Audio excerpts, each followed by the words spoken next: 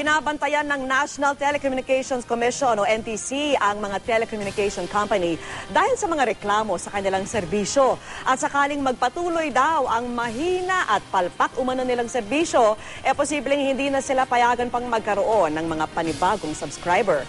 Nakatutok si Jam Sisante. Kung madalas mawala ang signal o maputol ang mga usapan sa cellphone mo, hindi ka nag-iisa. Dahil mismong si Senador Franklin Drilon, inireklamo sa National Telecommunications Commission o NTC ang kalidad ng serbisyo ng telecommunications companies. I noticed that the efficiency of these phones are sucks, as to use the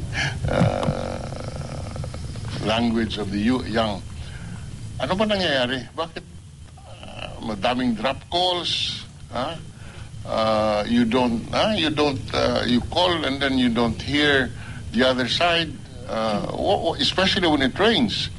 Ang masama pa, nagbabayad raw ang consumers para sa palpak na serbisyo. There's a drop call charge, and yet it's because of their inefficiency, and yet they make money out of their inefficiency. Ganon ba yun? I mean, who will protect the consumer? Binabantayan naman daw ng NTC ang performance ng mga telco tulad ng Smart at Globe at naglalabas sila ng report 4 na beses sa isang taon.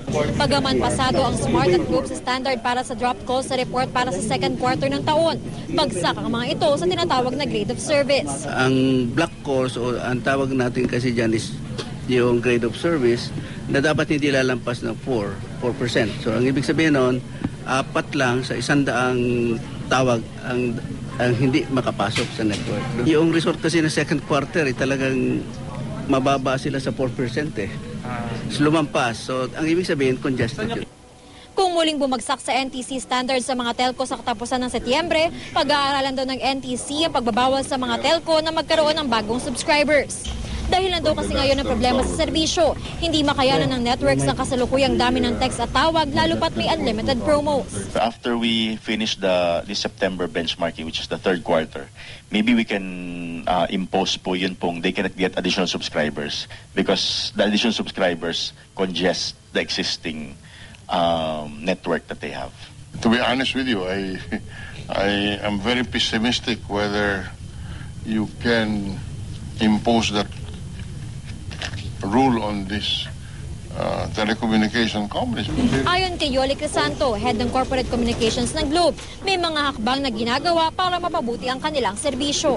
Jam Sisante, Nakatutok, 24 oras. Sa isang pahayag, nangako po ang Smart Communications na tuloy ang kanilang pagsisikap na magbigay ng dekalidad na serbisyo. At ngayong kumpleto na raw ang kanilang network transformation, inaasahang tuloy-tuloy na raw ang paghatid ng next generation service sa kanilang mga subscriber.